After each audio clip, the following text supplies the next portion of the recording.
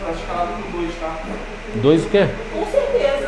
Você não tinha dúvida disso. Você prepara pra estelar, você fala assim. Pra quando isso? Você Já é a hora, já é a seguinte? Semana seguinte não, né? daqui a 3. Passagem não vai dar 2 aí.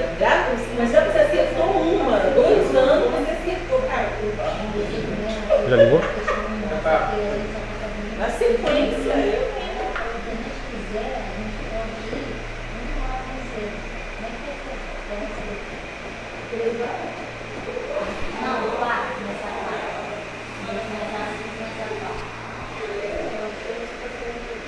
Hoje vai dar aluno pra caramba. tá tudo mesmo, né? Quantos? Tem quantas pessoas que foram 10? Eram 28, né? No grupo tem 18, 28, sei lá. Essa sala está com bastante pessoas, assim que começou. Começou antes da pandemia ou pós-pandemia? Antes da pandemia, eu não fiz a primeira aula, eu não fiz história da psicanálise, eu entrei depois. História da psicanálise você fez comigo, não? Não fez? Isso que eu peço ideia. Eu entrei na turma colegial já. Eu estou na 2007.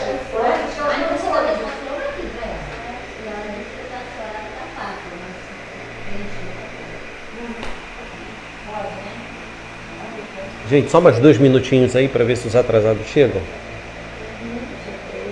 Daí cai no tempo da tolerância. Meninas, olha, o livro na Amazon, se você comprar o Interpretação de Sonhos 1 e 2, sai R$110. Os dois? Os dois.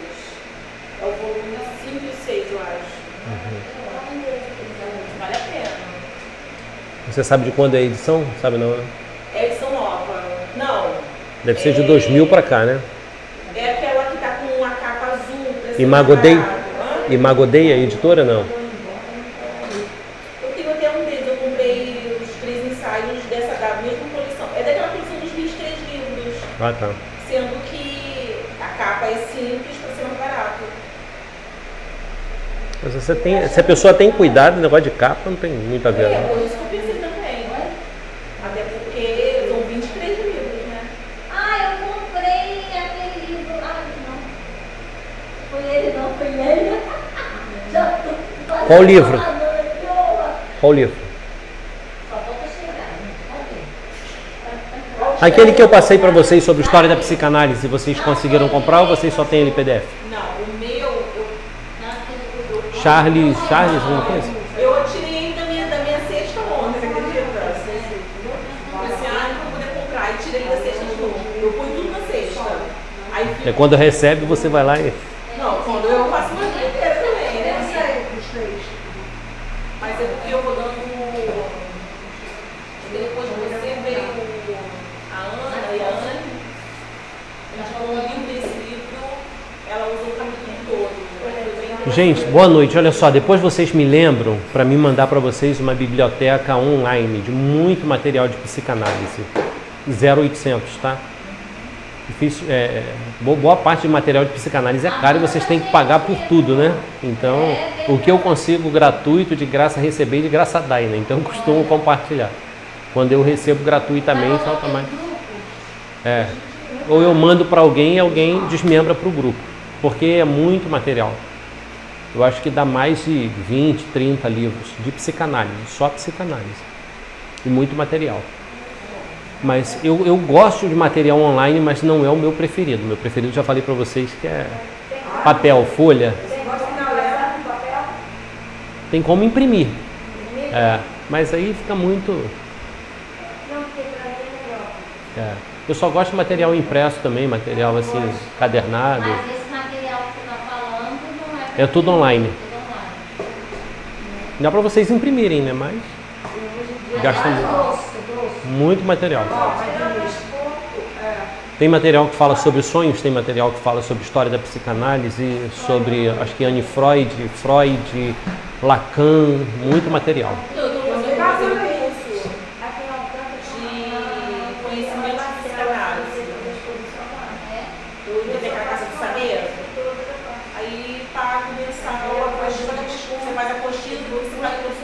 A hora que vocês puderem, faça pós em psicanálise pela FAVEM, Faculdade Venda Nova de Imigrantes. Mas eu já fiz já, excelente. Favene. Da onde é? Venda Nova do Imigrantes. Acho que é... Da onde? Eu sei, eu conheço. Não sei se é Espírito Santo ou se é Minas. Acho que é Minas Gerais. Acho que é Minas Gerais. Excelente. Eu fiz pela Favene, reconhecido pelo MEC, tudo direitinho. E ó, material deles de pós em psicanálise, excelente. Eu quero fazer pós em psicanálise infantil. Não encontrei ainda. Se você encontrar, me fala. Eu cheguei te mandar, Mandeirão. Não. Eu assisti curso, palestra, a sociedade brasileira. Mas seria bom que fosse reconhecido pelo MEC. É. Essa pós que eu fiz em psicanálise é reconhecida pelo MEC. Porque na favela mesmo. Favene. Só que é a distância, né? Daí você tem que ser regrado para você estudar, né? Eu fui regrado pra caramba, porque eu odeio estudar à distância. Eu prefiro presencial, gastar 5, 6, 7 horas dentro da sala. Teve que fazer TCC. também, teve? Mínimo 15 páginas. Eu consegui fazer, eu odeio fazer TCC, mas consegui fazer. Eu tenho um paciente que é doutorado em letras e português, inglês, acho que ele é espanhol também. Eu pedi para ele corrigir, ele foi corrigindo, graças a Deus, gabaritei o TCC. Mas vou te falar, muito chato TCC. Quem inventou esse negócio? Eu não gosto de TCC. Mas é necessário. Os cursos bons que você faz de pós-graduação tem que ter TCC. Eu gosto do TCC, gosto desses estudos assim, que eles organizam o pensamento, faz a linha do tempo, traz você para esse conhecimento específico, essa coisa pairada no ar. Na verdade, você fica muito mais organizado em questão de teoria psicanalítica e você sai dali do pensamento psicanalítico e você mantém ele, mas mantém gradualmente, sempre decrescente. A sua visão amplia quanto à questão de as pessoas pensam muito psicanálise só a partir de Freud. Aí você começa a ver um pouquinho de Lacan, um pouquinho mais... Vai abrindo, o leque vai abrindo. Gente, vamos lá, vamos caminhar. Nós paramos aí no slide, o último slide que a gente viu foi esse daqui, o 14, tá ok? Que fala que todo material que compõe um sonho procede de nossas experiências, daquilo que foi por nós vivenciado na vigília. Este material é recordado no sonho, embora não seja imediatamente reconhecido pelo sonhador como originário de suas próprias experiências. Esta é uma das características do conteúdo onírico manifesto, a de ser experimentado pelo sonhador como algo que lhe é estranho, como se não fosse uma produção sua. Então, quando a gente fala muito aí sobre sonho, a gente tem que partir do pressuposto que todo sonho, ele não é interpretado só num primeiro momento, você gasta tempo até a interpretação desse sonho acontecer, e isso leva alguns momentos ou alguns processos na nossa vida para a gente entender realmente tudo, tá bom? A elaboração de um sonho, foi aí que a gente parou no slide 15, segundo Freud, lá em 1915, ocorreu porque existe algo que não quer conferir paz à mente. Um sonho, pois, é a forma com que a mente reage aos estímulos que a atingem no estado do sono. Alguns dos estímulos dos quais Freud fala podem ser restos diurnos, sensações fisiológicas. Outros estímulos podem ser os pensamentos ocultos, inconscientes, formados por desejos antigos, recalcados pela censura do superego, configurando-se como texto original do sonho. Rabuski fala isso no livro dele em 2011. Deixa eu falar um pouquinho para vocês sobre isso daí. Freud, na elaboração dos sonhos aí, lá em 1915, ele fala que existe algo que não quer conferir paz à mente. E a partir disso, Freud ele fala sobre algo muito interessante, que um sonho é a forma com que a mente reage aos estímulos que a atingem no estado do sono. Quando ele fala nessa frase que existe algo que não quer conferir paz à mente, ele não está falando que um sonho é uma perturbação, mas ele está falando que um sonho é algo que quer te falar algo mais profundo que você não entendeu ainda. É algo que você não conseguiu entender, mas o sonho tenta organizar isso e elaborar de uma forma que você entenda e consiga aceitar melhor quem você é, o que você pensa, o que você escolhe viver, quais são os seus projetos. Então Freud fala que existe algo dentro de nós, ou melhor, na nossa mente, que não quer conferir paz, que não deixa ter paz. Então quando a gente sonha, não é porque está faltando paz, mas porque a mente está gritando que tem algo oculto aqui dentro que você ainda não sabe e precisa saber. Algo que precisa ser revelado para você. E isso é revelado através do sonho. Daí, olha só que coisa interessante o que Rabuski fala. Rabuski completa o que Freud falou em 1915. Alguns dos estímulos dos quais Freud fala podem ser restos diurnos. O que é isso? Algo que você viveu durante o dia, mas que não foi bem resolvido. Resto diurno, resto do decorrer do seu dia. Sensações fisiológicas também. Outros estímulos podem ser pensamentos ocultos, aquilo que você guarda só para você. Pensamentos inconscientes, aquilo que muitas vezes está guardado dentro de você, mas não te foi revelado ainda completo, manifesto ainda. E esses pensamentos inconscientes, eles são formados por desejos antigos, coisa que você já carrega dentro de você há muito tempo, mas são sentimentos recalcados pela censura do superego. Lembra do id, ego e superego? O id fala que você pode tudo, o superego fala que você não pode nada, e o ego é o equilibrador dos dois. Então, muitas coisas Freud fala que está recalcada dentro de nós por causa da censura do superego. Não, você não pode fazer isso não. Você não pode viver isso. Olha o que seus pais te ensinaram, a sua religiosidade, isso, aquilo. E Freud fala que muita coisa fica oculto, fica guardado aqui no nosso inconsciente. A gente reprime aquilo dentro de nós. E isso é jogado para fora. Freud fala isso. E Rabuski defende que a gente joga isso para fora a partir do sonho. Quando a gente começa a sonhar realmente muita coisa que está reprimida ou censurado pelo superego, configurando-se assim o texto original do sonho.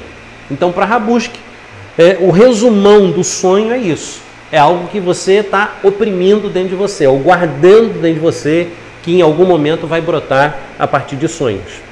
Não sei se vocês já perceberam, tem coisas que a gente sonha, quem lembra de alguns sonhos que teve aí na tenridade, não somente na infância, mas na pré-adolescência, adolescência ou juventude, alguns sonhos eles se repetem a vida toda.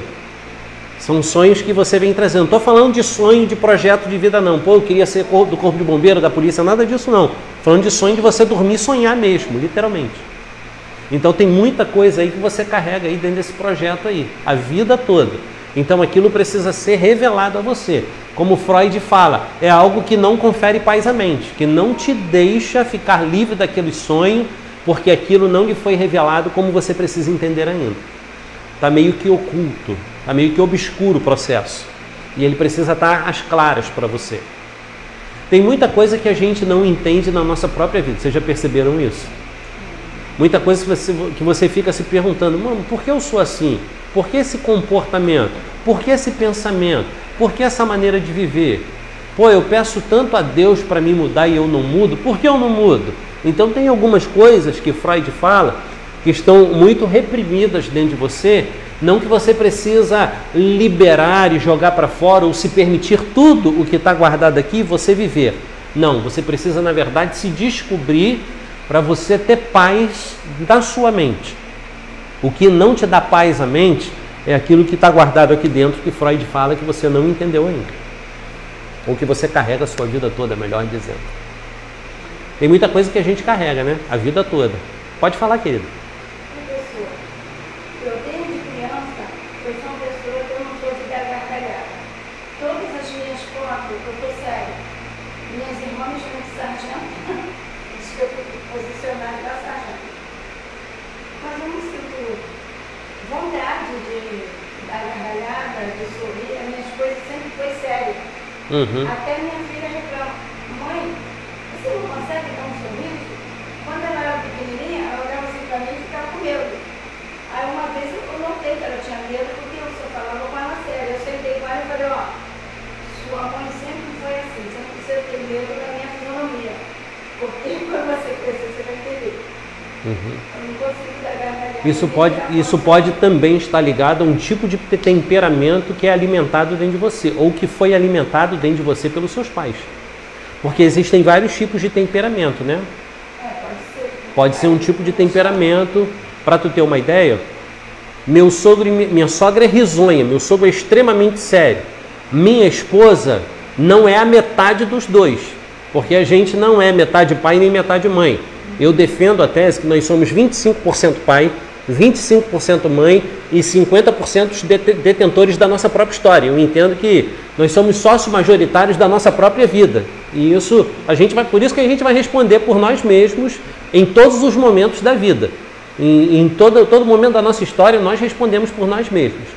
Mas a minha esposa, ela tem, em momentos, o temperamento calado do meu sogro, mas o temperamento explosivo da minha sogra.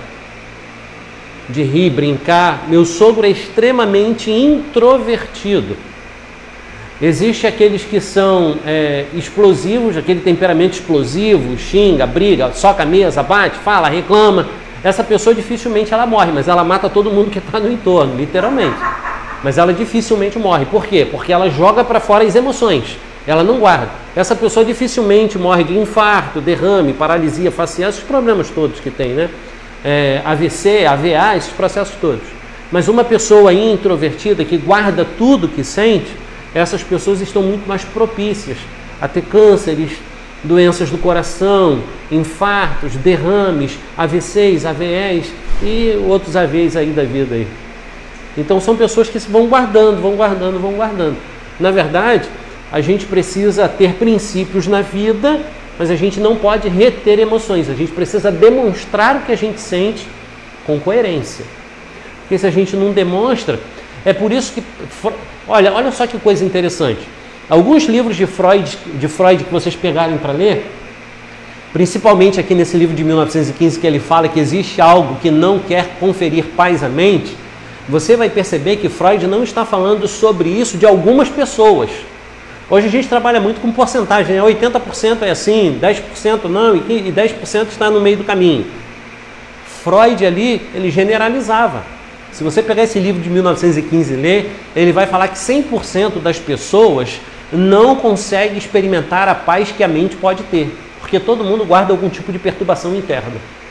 Algum sentimento ruim que viveu em família, alguma experiência que foi marcante não para o lado bom, para o lado ruim, agressão física, verbal, sexual, burlinação, tantos outros processos. E Freud fala que tudo isso vai sendo guardado, porque primeiro projeta aqui na mente, depois desce como sentimentos para o coração e aí a gente começa a tomar atitudes. Porque muitas das vezes a gente é muito impulsivo, porque a gente já está guardando muita coisa há muito tempo. A gente acaba se tornando impulsivo, a gente vai pelos impulsos. Mas essa questão aqui que Rabushkin fala, que eu acho muito interessante, que muitos estímulos podem ser pensamentos ocultos, inconscientes, formados por muitos desejos antigos. E todo pensamento, quando não alimentado, morre, mas quando alimentado, ele se transforma em sentimento. Sendo transformado em sentimento, sentimento alimentado, você toma uma atitude. Pensamento alimentado gera sentimento, sentimento alimentado gera atitude. Pensamento não alimentado, ele morre. Tudo que você não alimenta na mente, ele não produz sentimento ao coração. Todo sentimento é alimentado, todo. Não existe um sentimento que você não alimenta. Se eu chegar aqui na sala para vocês e falar, não gostei de vocês, não fui com a cara de ninguém aqui, literalmente. Eu estou alimentando um sentimento dentro do meu coração. E se eu continuar alimentando isso, mesmo sem conhecer vocês na íntegra, eu posso chegar ali fora e ficar falando mal de vocês, sem conhecer vocês. Mas é por quê? Por causa do caráter de vocês? Não, pelo que eu alimentei dentro de mim. Não tem nada a ver com a vida de vocês. Tem mais a ver com o que eu alimentei dentro de mim. Nós somos assim. Nós somos e vivemos a partir do que nós nos alimentamos, tanto na mente, como no coração, ou até pela boca. Então a gente tem que tomar cuidado. Vamos caminhar mais um pouquinho? Já preparei até uma provinha para vocês, top! A última aula, a quarta aula, são 3 perguntinhas. Me faz lembrar um professor que eu tive. O nome dele era Idelbrando, até o nome dele metia medo na gente. Ele chegava na sala de aula e falava assim, gente, semana que vem é minha prova, tá? Ele chegava valendo 10, ele chegava com 2 questões, uma valendo 5, outra valendo 5. Uma é, fale sobre e comente sobre a segunda. Mas você tinha que falar sobre o que estava na cabeça dele e comentar sobre o que estava no coração dele. Ninguém tirava acima de 1 ou 2. Ninguém. No primeiro semestre, todo mundo foi reprovado com ele. No último semestre, todo mundo estava pedindo arrego lá na reitoria para ver se conseguia fazer uma... Olha, ele não conseguia, ele não conseguia aprovar um aluno dele. Eu não conheci, na minha época, 4 anos estudando, não conheci um aluno que foi aprovado com ele. Um aluno. Agora, ó, até no meu ensino médio, eu não aprendia português nem pelo raio. Na faculdade eu peguei uma professora que português para mim foi a minha melhor matéria. Então o problema não era a matéria, talvez era quem vinha ensinando. Não há existência. O professor, A gente não sabe ensinar mesmo. eu estava estudando na Estácio, fazendo psicologia. Eu saí de lá porque era uma professora como Maria Paula, lá como era insuportável. Ninguém gostava dela, o colégio todo, quando começava, até quem estava fazendo outras matérias, não gostava dessa professora. Ela era baixinha, mas o professor fazia ruim. Todo mundo era reprovado. Parece que ela recebia para reprovar. Eu tive professores que até mesmo quando a gente ia fazer prova ou tinha que fazer algum trabalho, tinha que apresentar, ele virava e falava assim: é isso que você veio apresentar? Você tem certeza? Tipo assim, você gastar 2, 3 noites trabalhando, preparando o trabalho. Na época não era, né, data show, a gente trabalhava muito com retroprojetor. Não é que eu sou velho não, mas porque não tinha data show mesmo. E a gente pegava aquelas folhas transparentes, montava, riscava, montava mais de 20 folhas daquela para preparar, montar. Terminava o trabalho e, é isso que vocês apresentaram? É isso que vocês fizeram de trabalho? Vocês gastaram noites de trabalho? Esse lixo aí, falava assim, meu Deus do céu. Passei por isso na autoescola, o professor da autoescola parava e falava: eu não acredito, você saiu de casa para vir fazer isso. Rapaz, que coisa horrível, mas deu resultado, eu passei o dia inteiro. Vamos lá, gente. Os conteúdos latente e manifesto dos sonhos, ok? Vamos lá. Em A Interpretação dos Sonhos, Freud criou o termo conteúdo manifesto para referir-se à experiência consciente durante o sono, correspondendo ao relato ou descrição verbal do sonho, ou seja, aquilo que o sonhante diz lembrar. E o que isso significa? A gente já falou sobre isso na aula passada. Conteúdo manifesto, conteúdo latente aqui, o conteúdo que você consegue lembrar. Isso daqui é tudo que você consegue lembrar e num primeiro ato, num primeiro momento, você consegue relatar ele todo sem problema nenhum. Você vai lá e relata, você fala sobre o que você sonhou. Isso, na verdade, Freud fala que foi uma experiência que você teve consciente durante o sono, que você consegue lembrar de tudo, detalhes, momentos, você consegue às vezes lembrar das cores que estavam no seu sonho. Isso Freud chama de conteúdo latente, ou de conteúdo que você consegue lembrar, ou perdão, o conteúdo manifesto.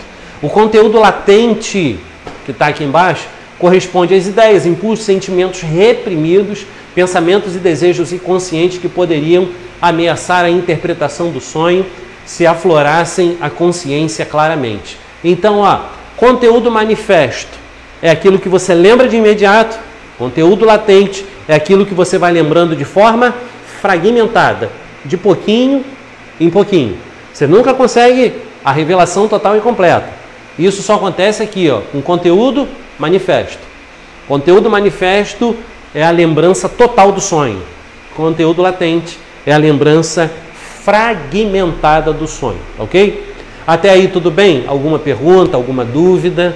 E olha, vocês podem perceber que Freud fala que o conteúdo latente corresponde às ideias, impulsos e sentimentos que são reprimidos. É aquilo que foi guardado dentro de você. E quando você vive algo reprimido dentro de você, você nunca consegue lembrar por completo. Você só vai lembrar fragmentos, detalhes. Tanto é que quando você pega aí esses arqueólogos, esses homens que fazem achados históricos aí, eles nunca encontram uma peça que fala, essa peça eu encontrei completa.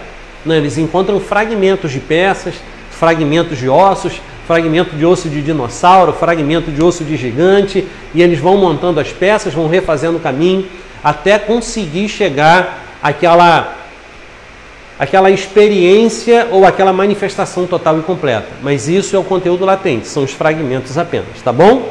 Até aí tranquilo? Vamos avançar mais? Olha que coisa interessante o que fala ali, ó. O conteúdo latente mostra-nos estruturas recalcadas que tentam emergir, ou algo que quer vir para fora, vir à tona. O conteúdo latente é o verdadeiro sonho.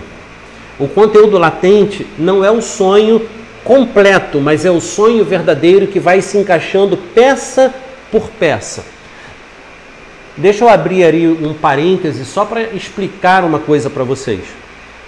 Freud, ele entendia que o conteúdo latente era mais importante do que o conteúdo manifesto. Toda pessoa que chegava para Freud e contava um sonho completo, Freud sempre falava o seguinte: pô, isso daí não tem nada a ver não. Esse sonho aí foi um sonho vazio, foi o sonho do cansaço. Foi o sonho que não queria te dizer nada não. É apenas você jogou para fora o cansaço do dia. Mas quando uma pessoa chegava com um fragmento do sonho, que era um conteúdo aí latente, um pedaço de sonho, Freud, opa, tem alguma coisa aí por trás, hein? Esse seu sonho aí quer falar alguma coisa que a tua alma está gritando, alguma coisa que está guardada aqui dentro. Mas a gente vai descobrir o que é, a gente vai chegar onde a gente precisa chegar. E daí então, o conteúdo manifesto é o que o sujeito conta, sendo um disfarce do verdadeiro sonho. Então Freud sempre falava, pô, você está querendo me dar uma volta com esse sonho manifesto aí. Esse sonho manifesto aí está querendo esconder ou ocultar o sonho latente. Então para de querer me contar uma história completa, quando na verdade, aí dentro da tua cabecinha está tudo incompleto. Eu quero saber do sonho latente, não quero saber de nada manifesto, sonho completo. Então na verdade, é aí que Freud começa a falar a seguinte frase, não com essas letras, mas para vocês entenderem na leitura de hoje. Freud começou a defender que todo ser humano se sabota, é autossabotador. Porque quer esconder, não dos outros, mas dele mesmo, aquilo que ele pensa, vive e sonha. Daí Freud começa a chamar o ser humano de sabotador. Para de se sabotar, para de se sabotar. Hoje, qual é uma das maiores dificuldades que vocês vão encontrar como terapeutas e psicanalistas? Uma das maiores dificuldades que vocês vão encontrar para cuidar de gente é encontrar no meio do caminho gente sabotadora, que vai querer apresentar para você sonho manifesto, conteúdo manifesto e não latente. Não quer falar do que está acontecendo, vai querer falar do que não tem sentido, do que não está acontecendo. Daí vai querer sabotar. E olha, eu quero que vocês guardem uma coisa na cabeça de vocês. Muitas vezes o terapeuta se sente incapaz de tratar de alguma pessoa porque está caminhando com a pessoa, mas está vendo que não está chegando a lugar nenhum. Em muitos momentos, ou em muitos casos, ou em quase uma totalidade, eu falo sem medo de errar para vocês, há 15 anos atendendo gente.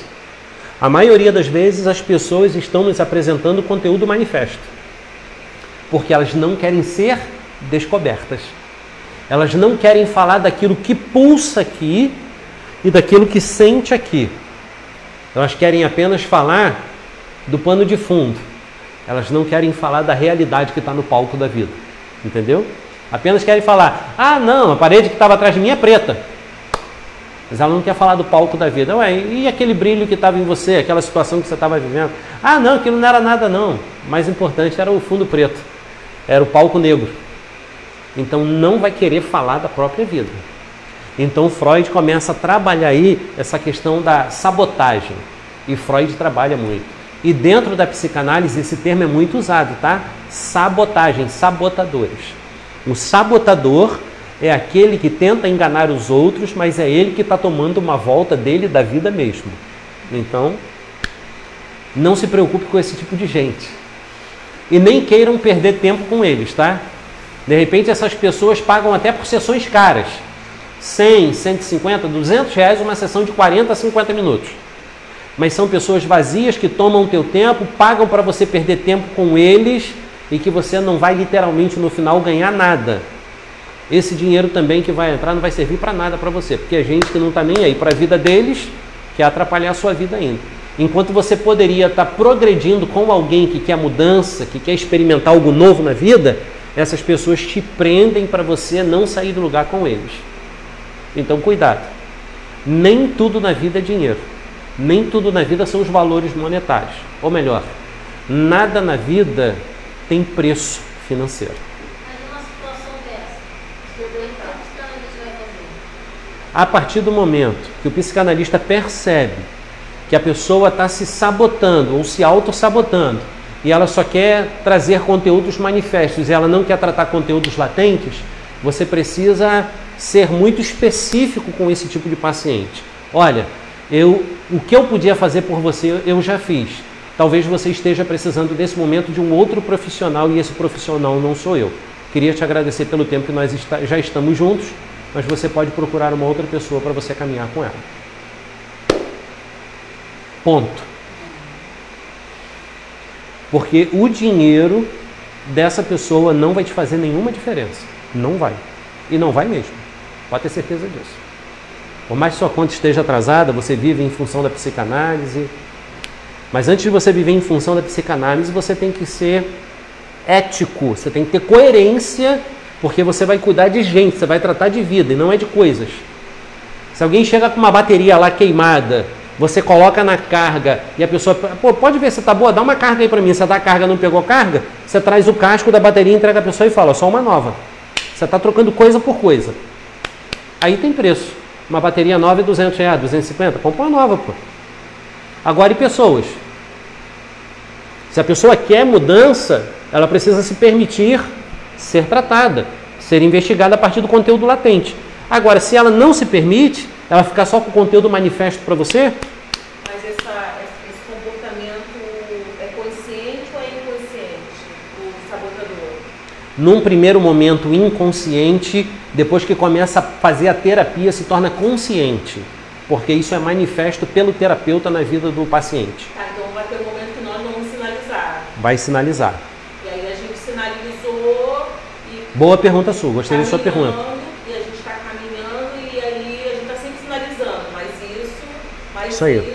Gostei da sua pergunta. Isso aí. Em que momento acontece? A sua pergunta foi a seguinte. O paciente, ele é sabotador de forma inconsciente ou de forma consciente, correto? Ele é sabotador num primeiro momento de forma inconsciente. Ele não sabe que ele é sabotador. Mas em algum momento das sessões, ou não da sessão, não é numa única sessão, das sessões, lembra do conteúdo latente? É sempre uma continuação. Sessões. Numa das sessões você vai falar para ele o seguinte, olha, tudo bem que você quer me apresentar algo, mas a gente precisa falar sobre aquilo que te atrapalha. Você tem que parar de se sabotar, de querer se esconder atrás de alguma coisa que não vai ser bom para você. Vamos tratar do assunto. E a pessoa vive se esquivando e não quer, automaticamente, a partir daquele momento, ele já se tornou consciente do problema que ele tem. E a partir daquele momento, se você caminhar aí mais 4, 5 sessões, a pessoa não quer, é pura perda de tempo. Sua, já não é mais dele, agora é sua. Porque você pegou o inconsciente dele, tornou consciente a ele, e depois de um tempo ele não quer mudança. Então você, como analista, você pode chegar e falar para a pessoa que ela está se sabotando. Mas é aquilo que a gente estava conversando antes da aula. Tudo na vida é debaixo da base da educação e da maneira como você fala. Não é o que você fala, mas é como você fala. E você tem que saber literalmente tratar o seu paciente como paciente debaixo de muito respeito. Olha, a sua história realmente é uma história que precisa de tratamento, mas até aqui eu consegui dar o meu melhor para você, mas a partir daqui eu não vou conseguir mais te ajudar. Seria fundamental, importante e necessário você procurar uma outra pessoa. Talvez alguém, no meu caso, talvez alguém do sexo feminino vai te ajudar mais do que alguém do sexo masculino, porque tem isso também, tá? Existem pacientes que são extremamente confortáveis com homens e tem gente que é extremamente desconfortável sendo tratado por homem. O quê? Existem pessoas que ficam extremamente desconfortáveis sendo tratadas por mulheres. E ficam confortáveis outros sendo tratados por mulheres também. E aí? Então a gente tem que tomar um certo cuidado, porque há casos e casos. Então você precisa fazer uma boa análise do processo junto da pessoa. Ok? Vamos lá, caminhando mais um pouquinho. O trabalho do sonho ou elaboração onírica é a passagem do latente ao manifesto. Há uma passagem do latente ao manifesto, tá vendo?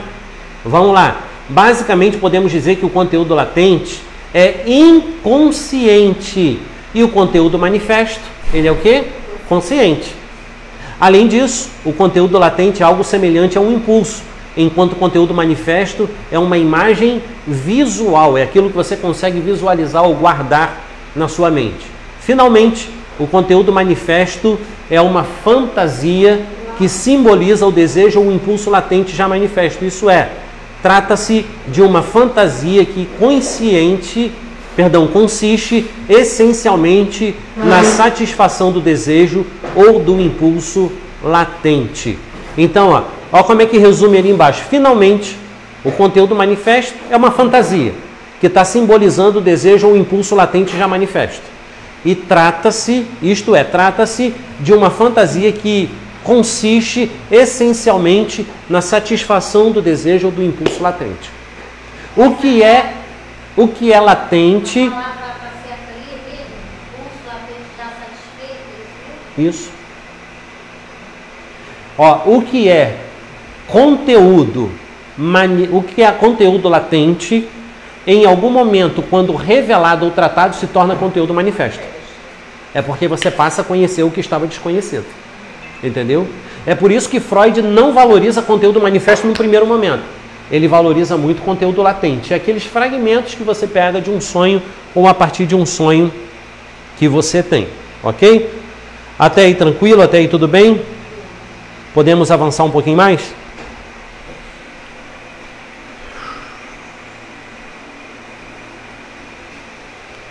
O sonho manifesto não é senão, portanto, nada mais que o resultado de um conjunto de operações, o trabalho do sono, que transformam os seus componentes, ou seja, transformam os seus estímulos corporais, os restos diurnos, os pensamentos do sonho, etc.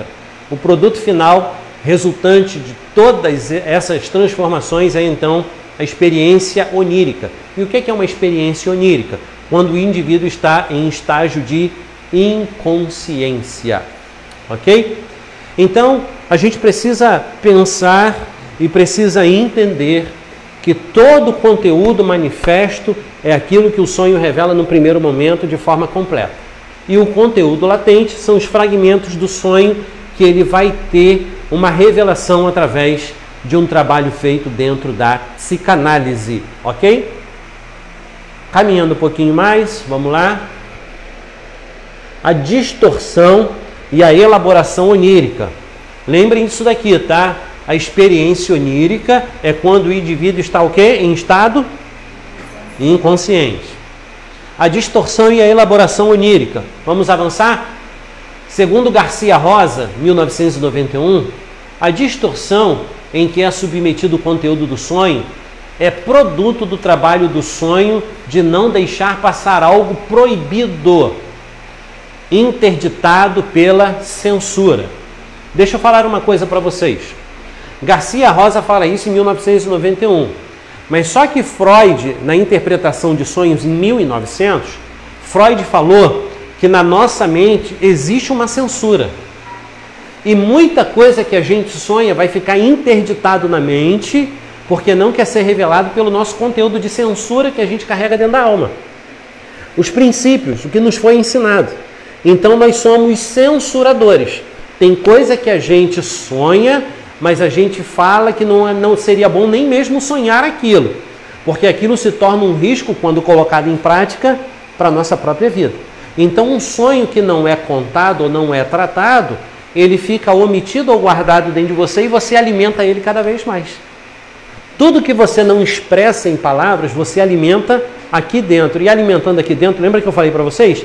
Pensamento alimentado gera sentimento. Sentimento alimentado gera atitudes. É por isso que a gente precisa falar do que está aqui dentro. Não para qualquer pessoa, pelo amor de Deus. Digamos que você tenha um sonho aí pesado, erótico com um cara aí fora, você passa a perder. Pô, sonhei, tive um sonho erótico com você e tal. Daí o cara vai olhar para tua cara, que isso? Você não vai chegar para contar uma coisa dessa. A gente está falando dentro de terapia.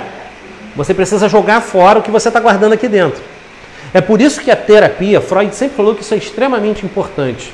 Tudo que você carrega aqui, se você não jogar para fora, você acaba criando um problema para a sua própria vida, porque vai se transformar em sentimentos. Sentimentos alimentados gerarão atitudes. Isso é um perigo terrível.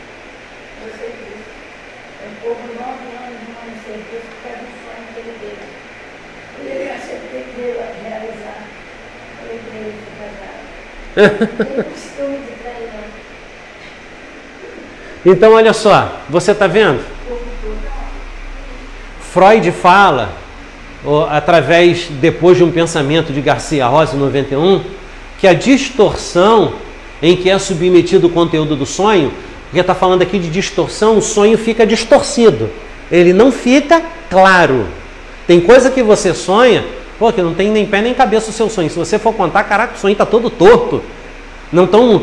Existem pessoas sem face, existem casas sem telhado, existem situações que você não consegue entender. Essa semana eu estava falando para minha esposa que eu sonhei com um amigo, uma pessoa das antigas, que ele tinha uma perna, daí eu vi que ele estava com a outra perna amputada, mas num segundo momento que ele olhava, ao invés de nascer uma perna normal, nasceu uma perna de cavalo nele. Então, automaticamente, isso se chama de quê? É um sonho distorcido. Mas ele não tem significado, pelo contrário. Freud fala que os sonhos mais distorcidos é aqueles que mais têm significado aonde? Na nossa mente. O que mais é distorcido. Olha, lembra que eu falei aqui? Lembra, na aula passada eu falei isso, elas duas estavam em sala de aula, eu falei na aula passada o seguinte, que nós sonhamos de 5 a 7 vezes numa noite, só que a gente não lembra de tudo que a gente sonha. Mas a gente toda noite. Nós sonhamos. Mas só que, olha, é produto de trabalho de sonho de não deixar passar, A distorção não quer deixar passar algo proibido. A distorção não quer que passe com coisas proibidas da tua mente. Interditado pelo quê? Pela tua censura. Você tem princípios, em hipótese alguma. E a censura então vai fazer o quê? Deforma os pensamentos latentes no trabalho do sonho. Então o sonho vai vir deformado no pensamento latente. E olha o que Garcia Rosa fala. Freud concebe a censura como uma função que se exerce na fronteira entre o sistema inconsciente e o pré-consciente. Freud fala que a censura, ou o que acontece aqui nesse processo aqui, acontece a censura na fronteira. É quando eu estou num estágio, eu saí da consciência, estou na pré-consciência. Quando eu estou, pré-consciência, desculpe a linguagem chula, mas é quando eu estou quase ferrando no sono. A pré-consciência é quando eu estou saindo da pré-consciência e entrando no inconsciente, que eu vou ferrar no sono mesmo. É naquele trâmite ali que a censura entra, que Freud fala. É ali que começa a censura. Você já sabe que você vai sonhar, mas cuidado com o que você vai sonhar. É mais ou menos isso, entendeu? Então, vamos botar aí uma perninha de cavalo. Vamos botar alguém sem face. Vamos botar alguma coisa aí, porque vamos censurar esse negócio. Então, Freud fala que onde entra a censura? No sistema do inconsciente e pré-consciente. Algo que opera na passagem de um sistema para outro mais elevado.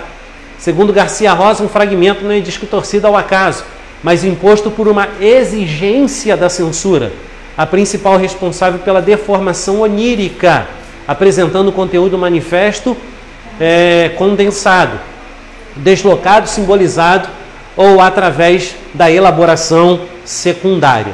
Você sabe o que é uma elaboração secundária? É aquilo que não é... Você tem primeiro a elaboração primária, a elaboração correta do sonho, correto? Elaboração secundária é algo que está acontecendo em segundo plano, tentando omitir o plano principal.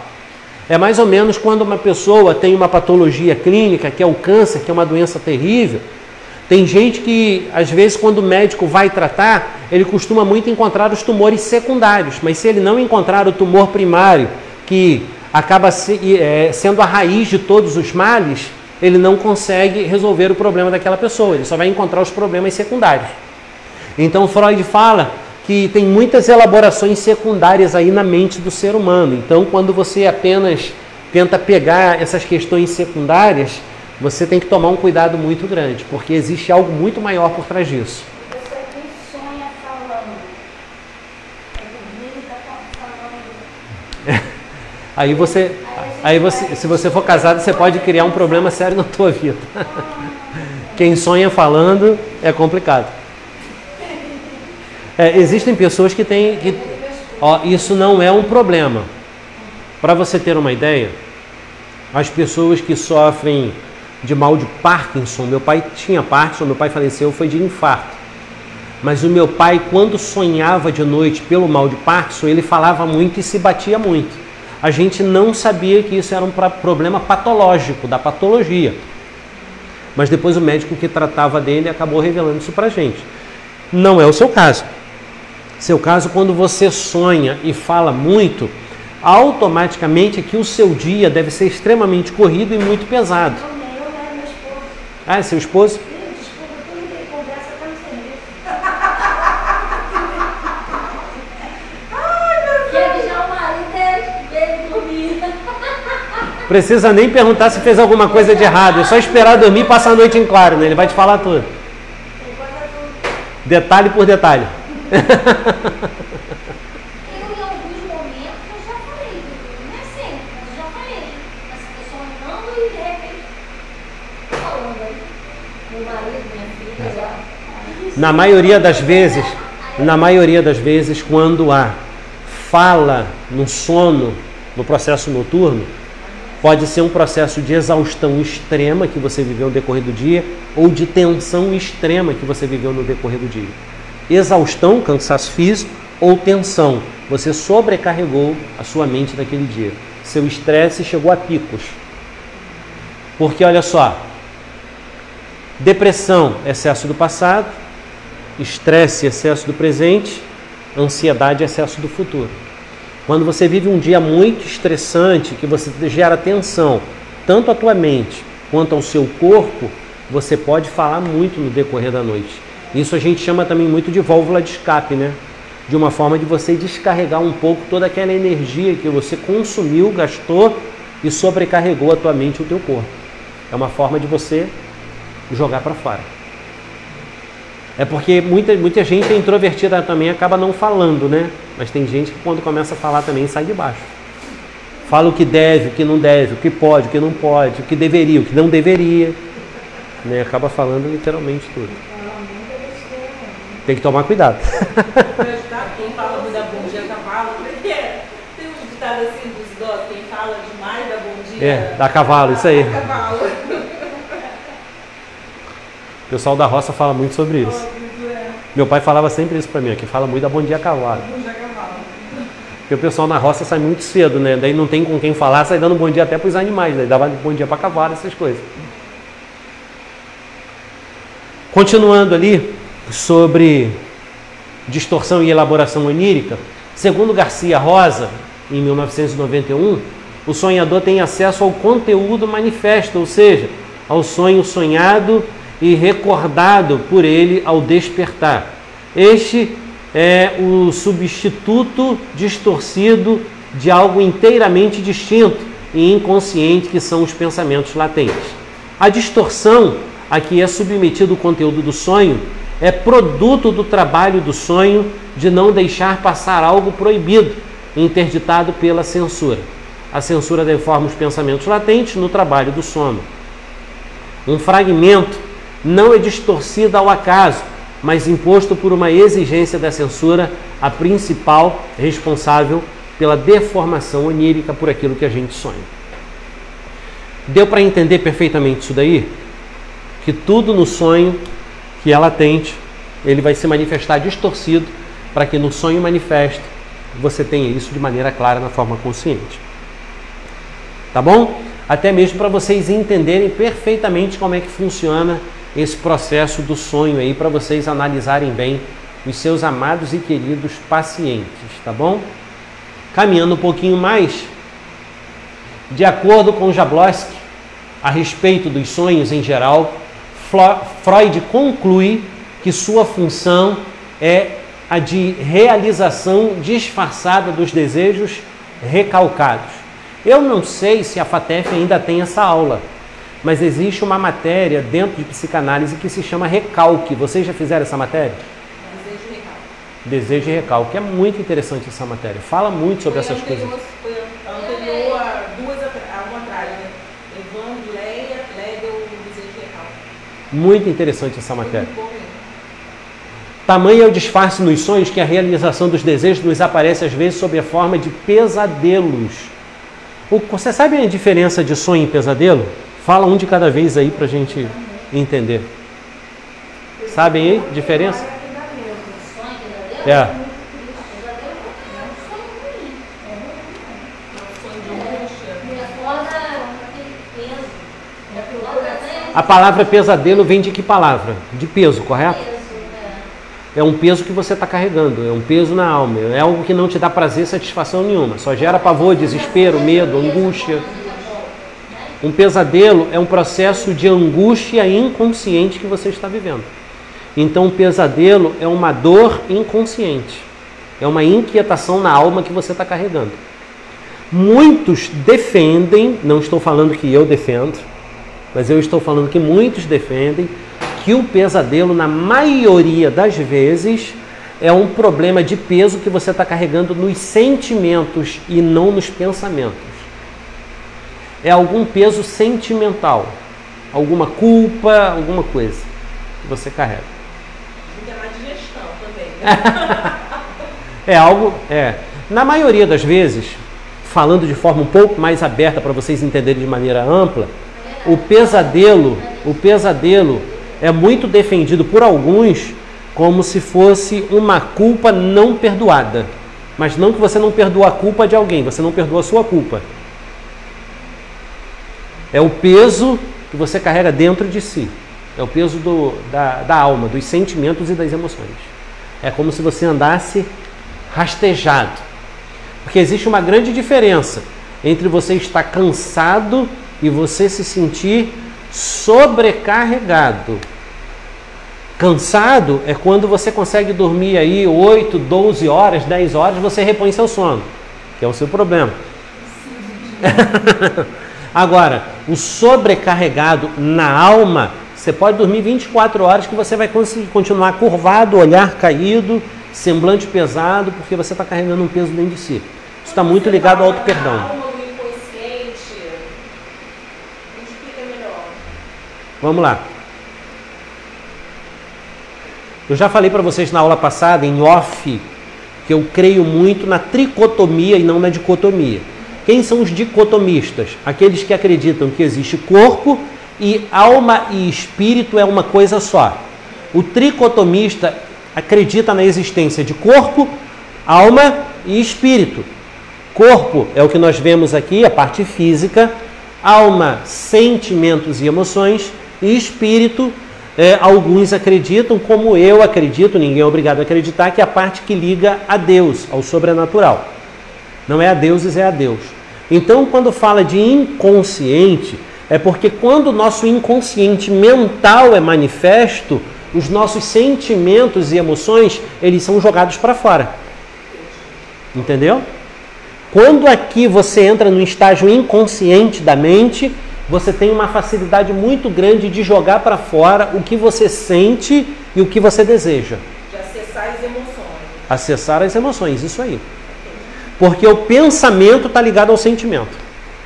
Estou com um paciente e eu fico o tempo inteiro falando alma. Você acha isso?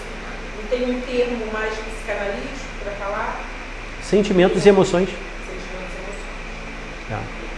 É porque você dificilmente vai trabalhar na psicanálise tricotomia. Você vai trabalhar corpo, sentimentos e emoções e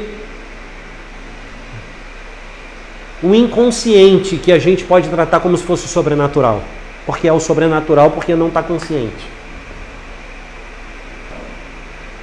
Entendeu? Corpo, sentimentos e emoções.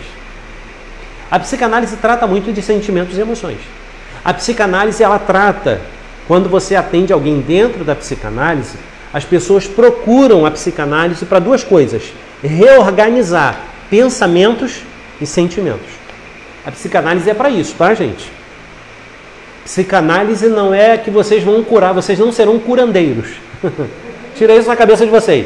Vocês não têm chazinho, vocês não têm galinha de arruda atrás da orelha, banho de não sei o que, de sal grosso, nada disso, esquece.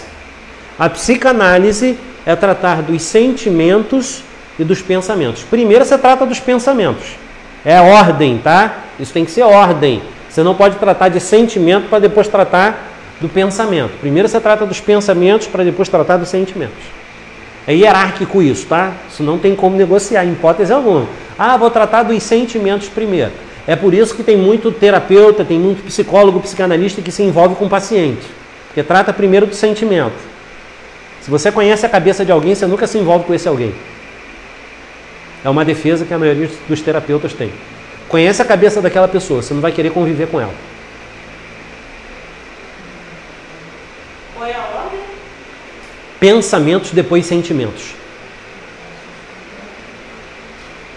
Se você conhecer os pensamentos dos seus pacientes, você não vai querer se envolver com os sentimentos dos teus pacientes. Não é porque a galera... Ó, gente, pelo amor de Deus, não me entenda mal, não é porque a galera é louca não, tá? É só porque a galera pensa muita coisa aí que não está de acordo com os teus princípios de vida. E você só caminha com alguém se você chegar a um acordo com essa pessoa, correto? Daí você vai perceber isso.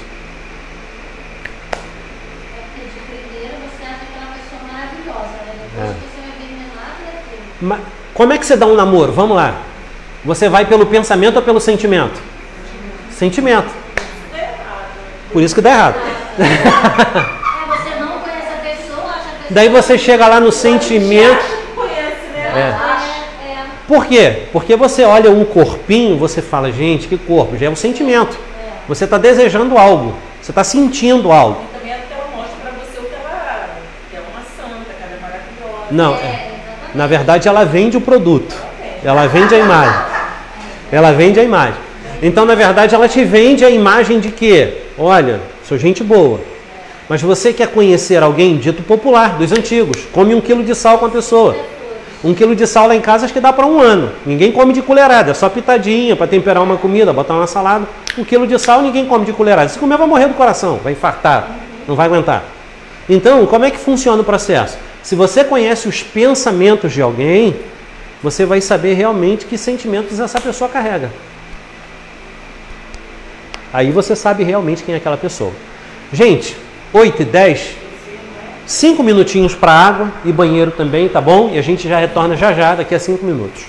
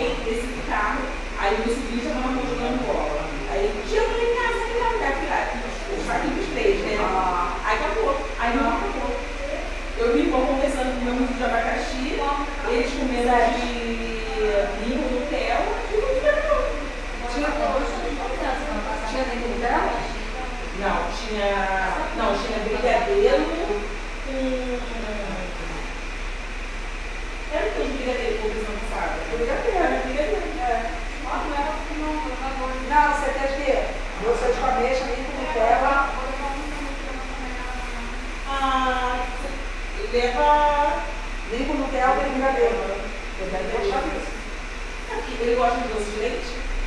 Ameixa com ameixa? Quer que eu deixe? Tem mais? Ah, tá. Ah, tem doce de leite com ameixa também, como tela. Cheia ali, Não precisa ser meu seu. Eu já queria deixar o meu aqui. Não, doce de leite com ameixa. Maravilhoso, maravilhoso. Eu comprei sempre perguntar. Hoje,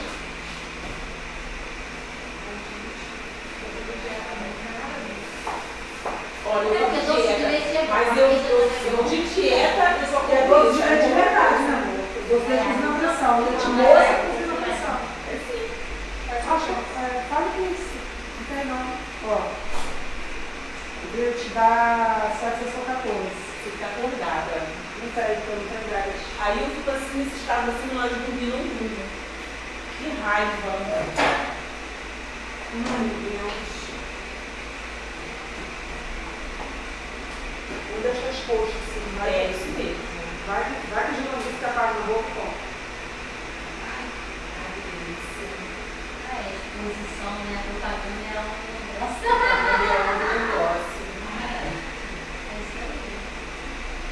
Aqueles engravidinhos aqui, Amendoim. É amendoim de verdade. Coloca no fogo, descasca, tudo, liquidificador, vai levar pronto. Tem vapor. Pode não levar pronto. Nossa, eu estava pensando nela. Essa vez eu estava na casa da minha amiga, fazendo feijoada, ela estava separando o marido. Aí, olha só. Aí ela tá falando comigo aqui. O senhor gravou na casa dela fazendo feijoada, ela me deu você para o marido. Aí ela falou, me ajuda aqui. Pegar as roupas dele. Aí ele sentado e falou assim, aí você já vai pegar. Mas é o sonho dela. Quando isso acontecer, ela vai dar uma festa, fazer uma feijoada. É o que tá dentro de você, Aí falou assim, aí você já tá sabendo, pedir ajuda pra minha roupa. Aí ele vai lá, vem uma lata de cerveja, uma confusão. Vai dar uma festa. Me chama, Me chama. 096 a Luaninha. Ei, Max, chama a gente, né? Não, você é. Chama a gente pra feijoada! Eu deixei feijoada na lenha, tá? Eu deixei ela Olha, assim. eu sonhei com a minha prima. 096 089 887 23.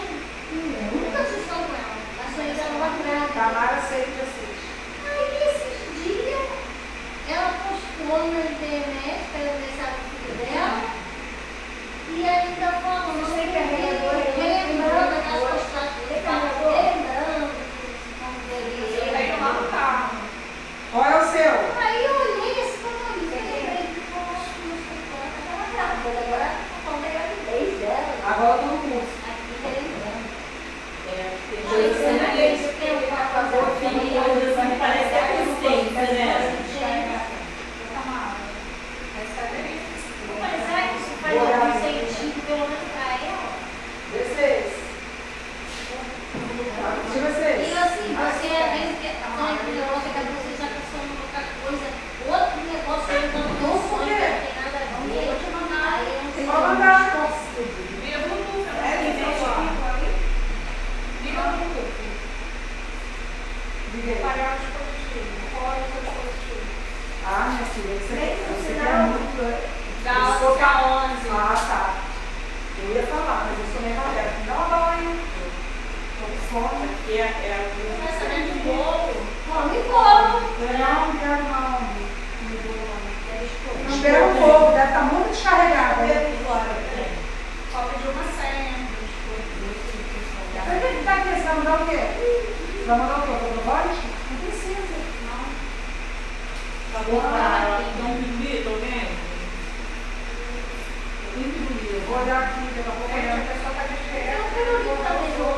Não, sabe que isso aqui é o meu arsenal que é rodada. É o meu arsenal. Eu cheguei hoje do plantão, então eu tô muito cansada. Aí tá comendo pra não dormir. Não, não tô dormindo não, mas eu fico assim, tipo, não sou, não estou. Aqui, velho.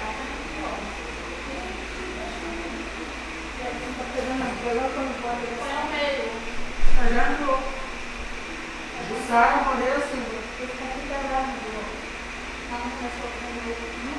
no telefone, em casa eu faço isso, sabe? Eu lá pra fazer a unha, tudo isso chegou lá. Ela pegou no sinal, ela falou que é de casa. Aí eu falei que vai um dinheiro. Ai, que mentira. Ligou lá. Não, vou chamar a Michelle pra acessar de novo. Ai, mas não entendeu. Não, mas pode ser celular não. O celular não dá problema não. Só a projeção dele. Aí eu peguei. A projeção volta. Foi, ó.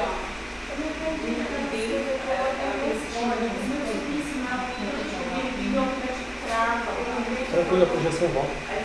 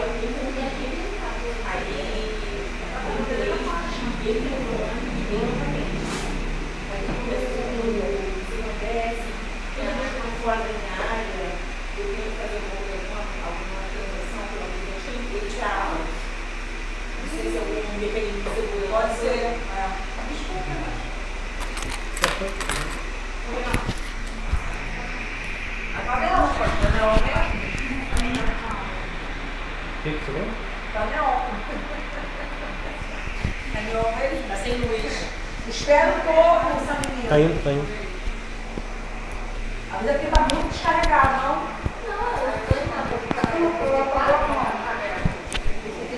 Esse bolo de pote aí. Isso é um perigo, você tem um problema sério. O senhor, com a sua esposa e com a sua filhinha. Quanto que é o bolo de pote? 7. 10% para De primeira qualidade. Se eu nunca mais vou comer um bolo de pote igual o meu.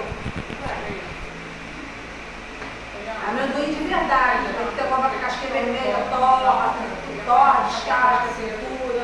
Trabalha com Pix? Pix, cartão de crédito, transferência bancária. Ei, só não fala enfiado comigo. Fiado não pode. Me dá um comer depois. Eu tenho de maisena aqui, também querem? Não. É só um Tá. Gente, vamos caminhar para a gente finalizar nossa aula? Também emagrece. Vamos caminhar mais um pouquinho. Pode fazer. Por exemplo, existem vezes que a gente dorme e agora a sensação de não dormir. Você deitou, tá cansado, claro, né? Deitou, dormiu a noite inteira, pesado, e no dia seguinte você acorda com a sensação de que você não dormiu. Você acabou de deitar, né? Mas você acabou de deitar, mas gente, como você não dormiu? Nossa, já amanheceu, só que o seu corpo não descansou. Você teve aquela coisa assim, pesada o resto do dia. Uhum. Isso é o quê? Sono insuficiente é quando a sua mente Vocês já ouviram falar na síndrome do pensamento acelerado. Augusto Cury fala muito sobre isso, SPA.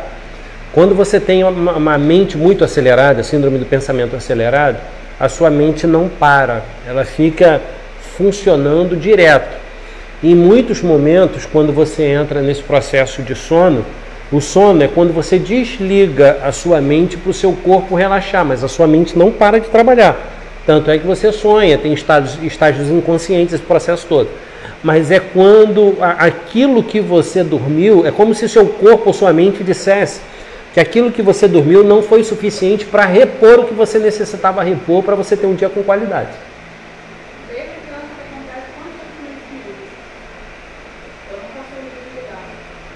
Você não consegue desligar?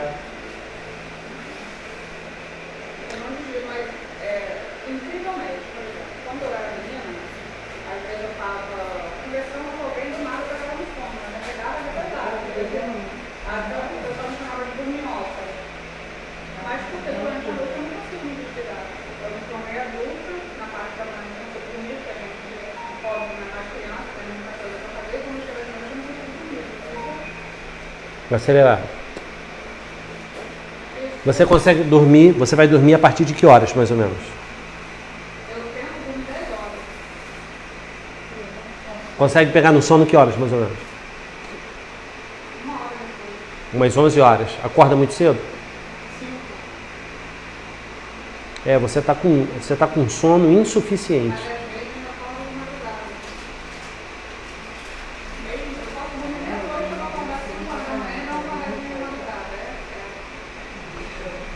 Deixa eu falar uma coisa para vocês. Mesmo não sendo uma aula de teologia, mas é interessante eu citar para vocês um termo que a Bíblia usa que eu acho muito interessante. Vocês já ouviram falar no termo espanto noturno? Já ouviu falar? O espanto noturno, na verdade, é quando você não consegue realmente ter o sono que você precisa ter. O espanto noturno é quando o terror não está do lado de fora, mas é como se ele estivesse do lado de dentro. Entendeu? É quando você não consegue apagar ou desligar. É quando você fica intensa e tensa. As duas coisas. Você fica numa intensidade e numa tensão o tempo todo. Daí o seu cérebro ele não consegue desligar. Daí com isso, o seu sono não é repositor e a sua mente não é relaxada. Para tu ter uma ideia, você possivelmente não entra nem em estágio inconsciente.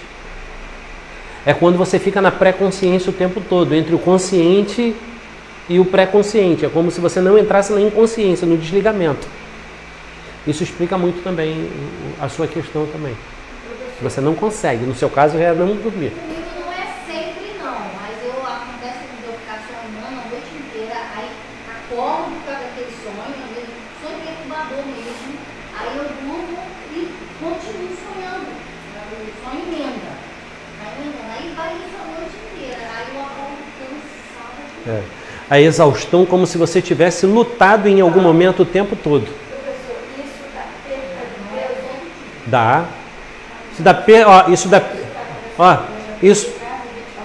Isso dá perda capilar, perda de peso, dá problema na questão intestinal. Você tem problemas intestinais quanto a isso? Mas isso é o sintoma de alguma outra coisa, né? Sintoma de algumas outras coisas.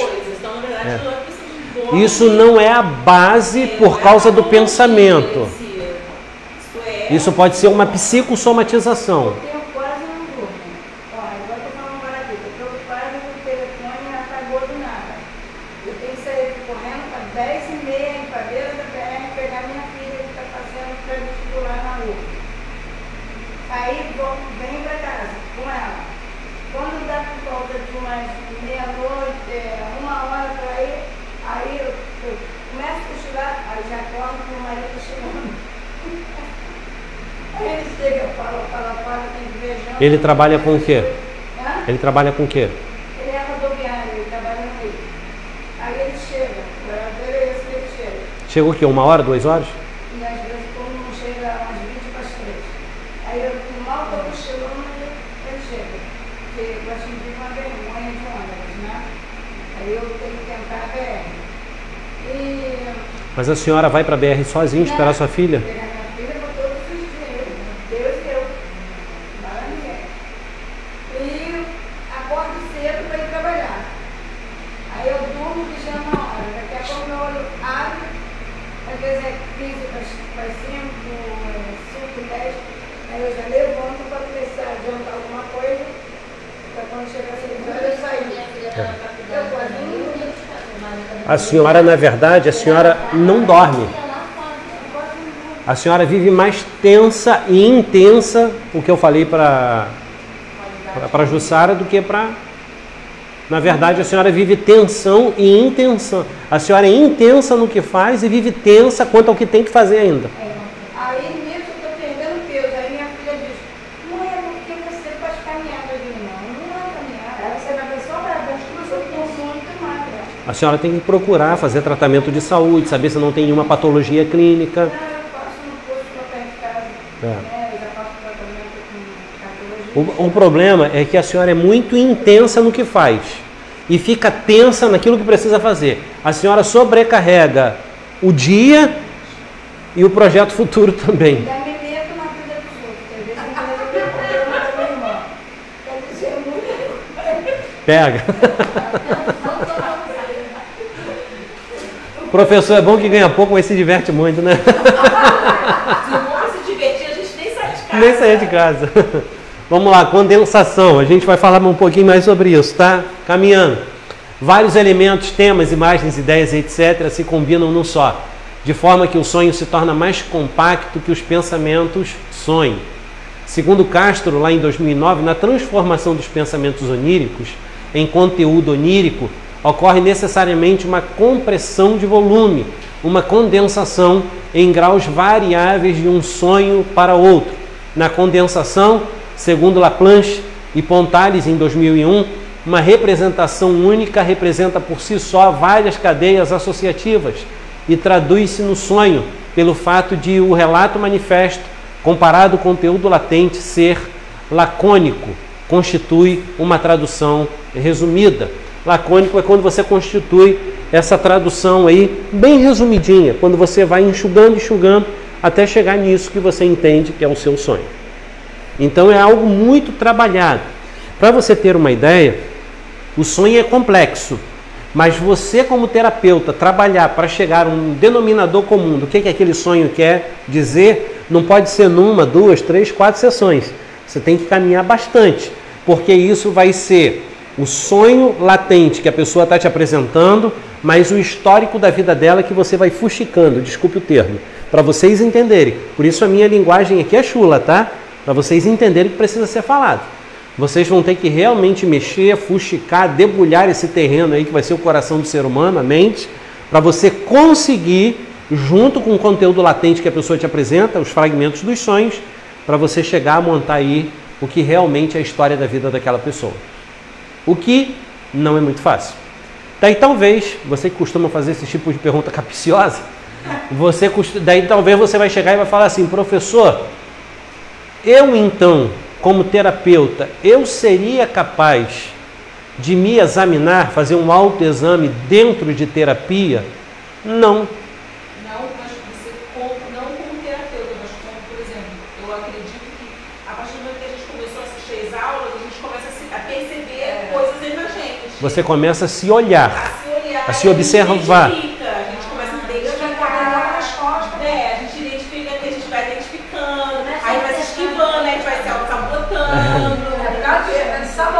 Não é a análise em si, mas a gente consegue identificar. Na verdade, a gente encontra respostas para algumas coisas também, mas a gente parece que um binóculo, a gente virou o binóculo pra gente. Mas olha só, por que vocês entendem que a gente não pode fazer a autoanálise a ponto de diagnóstico? Deixa eu explicar uma coisa para vocês. Temos que fazer a autoanálise da vida? Claro que temos. Mas vocês não podem fazer a autoanálise quanto à questão de terapia. Vocês podem se examinar, o autoexame. Vocês podem se olhar e falar, não, tem que saber quem eu sou. Até aí tudo bem. Mas em questão de terapia, vocês não podem ser os terapeutas de si próprios. Em hipótese alguma. Por que não? Alguém... Você vai se sabotar isso aí. Você não pode fazer terapia de você mesmo, que você é sabotadora. Você vai falar, não, não sou assim, você é assim. Você não vai acreditar. Todas as vezes que eu falto, que eu arranjo uma desculpa, aí eu ensaio a desculpa o tempo todo. É quando eu vou avisar o vizinho, eu sabotei hoje. Mas eu já entendi tudo que eu falo. É muito engraçado. Nós somos sabotadores, gente. Nós somos. Eu acho que vai existir coisas que a gente vai sabotar inconscientemente, que a gente não vai conseguir identificar. Mas depois, com o passar do tempo, você identifica. Uma das coisas mais terríveis, desculpe o termo que eu vou usar para vocês entenderem, depois que a gente faz psicanálise, você só vai se olhar a partir daquilo que você aprendeu. Tipo assim, você vai olhar e você vai falar, não, eu estou me sabotando. Eu não estou falando a verdade, estou mentindo para mim mesmo, não estou mentindo para ninguém não. E você começa a se olhar. Agora eu faço o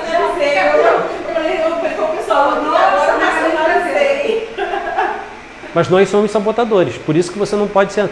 Você pode fazer um autoexame da tua vida, olhar para você e falar, não, eu tenho que melhorar muitas áreas da minha vida, tenho que tomar cuidado, não permitir que ninguém tome o justique da minha vida e controle a minha vida, ou faça da minha vida aquilo que quer. Eu não posso ser mais assim.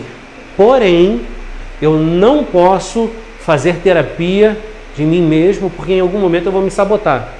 Não, mas eu não sou assim. Sabe por que você se sabota? Porque vai chegar momentos em que você vai se deparar com a verdade e a sua vontade. Daí você não vai querer abrir mão da sua vontade para viver a verdade. Não vai. Dificilmente você vai encontrar alguém que vai querer abrir mão da própria vontade para viver a verdade. Dificilmente. Entre a minha vontade e a verdade, muitas vezes, quase que em 100% dos casos, você vai para a sua vontade, não vai para a verdade. É por isso que nós somos sabotadores. Até aí, tudo bem? Olha só. Garcia Rosa, de novo, em 2008. A condensação designa o mecanismo pelo qual o conteúdo manifesto do sonho aparece como uma versão abreviada dos pensamentos latentes. Então você percebe aí que muita coisa a gente tem que tomar cuidado quanto àquilo que a gente sonha e quanto que aquilo a gente vai fazer também terapia em cima do sonho dos outros, tá bom? De hoje vamos parar de contar os sonhos. Menina, sonhei essa noite. Aí a gente agora quer terapia, já sabe que E o medo de falar para amiga. Agora a gente não conta mais sonho. Você vai contar seus sonhos para alguém que tem mania de jogo, vai você falar do sonho e vai dizer, ei, coelho, depois ei, cachorro. Eu cresci com isso, né? Minha família inteira. Mas ó, Olha, professor, eu fui contar um sonho para meu esposo dessa maneira. Eu acabei de contar o sonho para ele e ele está só anotando. Daqui a pouco ele sumiu.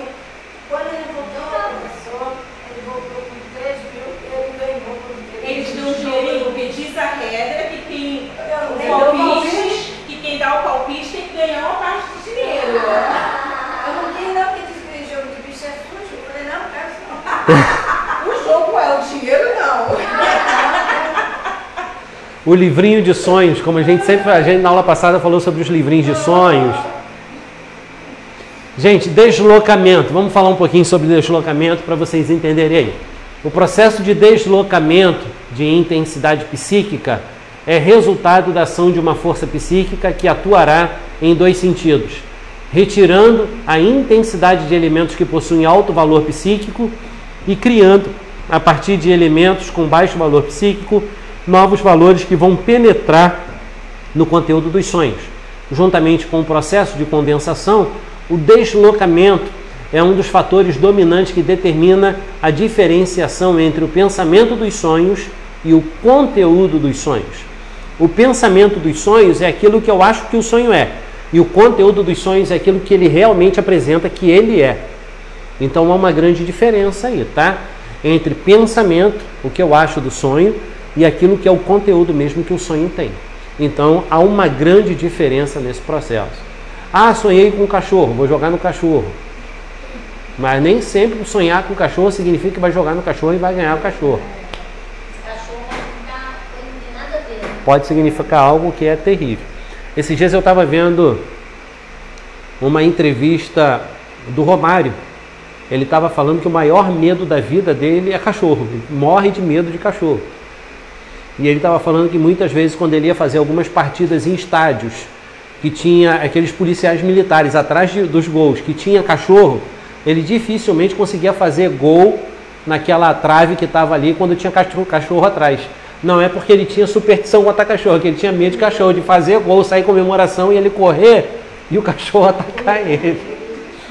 Então, uma pessoa dessa pode sonhar com o cachorro o tempo todo, porque é o medo dele. É o medo intenso que ele carrega. O aspecto mais significativo do sonho pode se apresentar de modo a quase passar desapercebido, ao passo que os aspectos secundários aparecem às vezes ricos em detalhes. Nisto constitui o deslocamento da energia de uma imagem para outra. Deslocamento significa que o sonho pode ser apresentado quase de forma desapercebida. Esse é o verdadeiro conteúdo do sonho. Ao passo que o aspecto secundário aparece às vezes ricos em detalhes. Quando você descobre o verdadeiro significado do sonho? No sonho que passa desapercebido ou naquele que tem ricos detalhes secundários? O que aparece desapercebido. É aquilo que você não vai notar. Lembra que eu falei para vocês do alfabeto aqui, que vocês podem sonhar com o alfabeto? Quando fala em alfabeto, na verdade fala em ambiente educativo, que vocês estavam no ambiente educativo. Então, na verdade, vai trazer à tona no teu sonho que você estava no local estudando ou você tem desejo de estudar. Porque você está no ambiente educativo, no ambiente de estudos. E isso, na verdade, é o que se fala sobre essa questão de deslocamento. É quando se desloca o sonho para tentar te mostrar alguma coisa com ou um valor psíquico maior ou com baixo valor psíquico. Como é que é?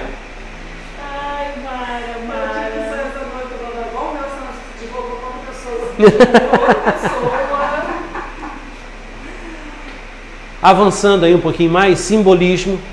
Na função de simbolização, há uma transformação dos pensamentos oníricos em símbolos, fornecendo ao sonho uma série de metáforas e conferindo certas poeticidade ao conteúdo manifesto.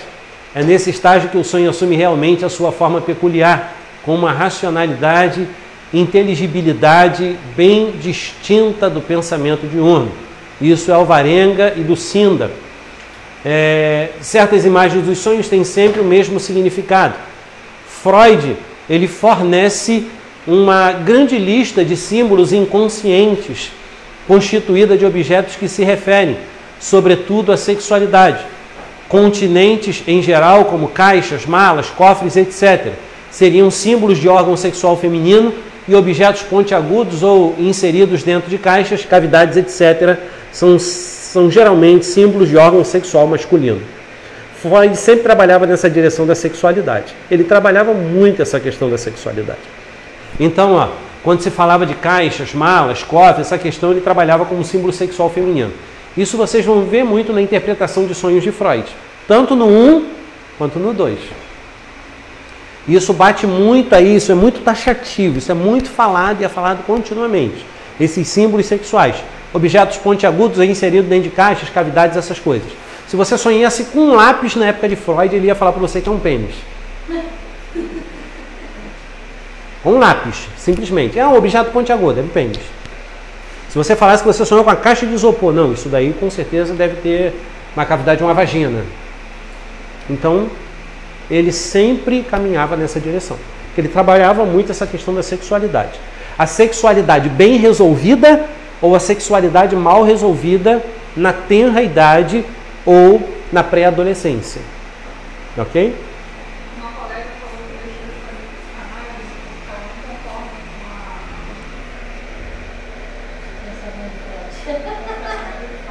a Tá. Mas se ela pegar um terapeuta que tem um pensamento lacaniano, ela não vai ter dificuldade de fazer terapia. Tem muita gente que não segue pensamento freudiano. Já que Lacan... Quando a gente entra, Mas a nível de estudo, você precisa saber tudo, né? A nível de estudo, você não pode fugir de nenhum pensador da psicanálise. Nenhum. A época que eu fiz psicanálise, eu passei por todos os pensadores de psicanálise. Freud, Lacan, Freud, e foi embora. Eu acho que a nível de estudo é muito. Um dos que eu mais me identifiquei foi com Lacan. Apesar de que muito conteúdo freudiano, porque Freud foi quem mais escreveu sobre, tanto que é conhecido sobre o pai da psicanálise, como pai da psicanálise. O que Lacan faz, ele pegou de Freud e tem que mudar o conjunto dele. Lacan, ele pegou conteúdo freudiano e ele montou a visão dele em cima daquilo que ele acredita. E Lacan, ele trabalha a questão da sexualidade, mas ele não mergulha na questão da sexualidade. Lacan é bem diferente nesse processo. Bem diferente, muito diferente. E Freud também é a mesma coisa, não é tão... Essa questão... Freud, a questão sexual já é muito mais avassaladora, entendeu? Tudo para ele é dentro de questão sexual.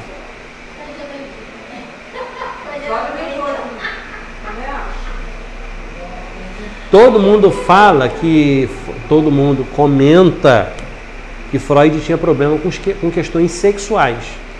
Eu vi uma assistindo na semana passada, a Luísa Salomé, que ela conheceu Freud e eles trocaram cartas, e ela foi um grande amor de Nietzsche, e ela estava nessa coisa ali, nessa sociedade fechada. Como é que era o nome do filme? Luísa Salomé. Ela foi uma das primeiras mulheres psicanalistas. E aí ela conheceu o Freud no início. Você viu onde? Netflix? Não. É o nome do filme? Lu Salomé. Lúcia. Lu, L-O-U. Isso. E aí é muito interessante. Não né? vi esse filme ainda não. Assiste, e aí ela convive com Nietzsche, ela é apresentada para Nietzsche, conhece a filosofia, e aí já, ela depois de um certo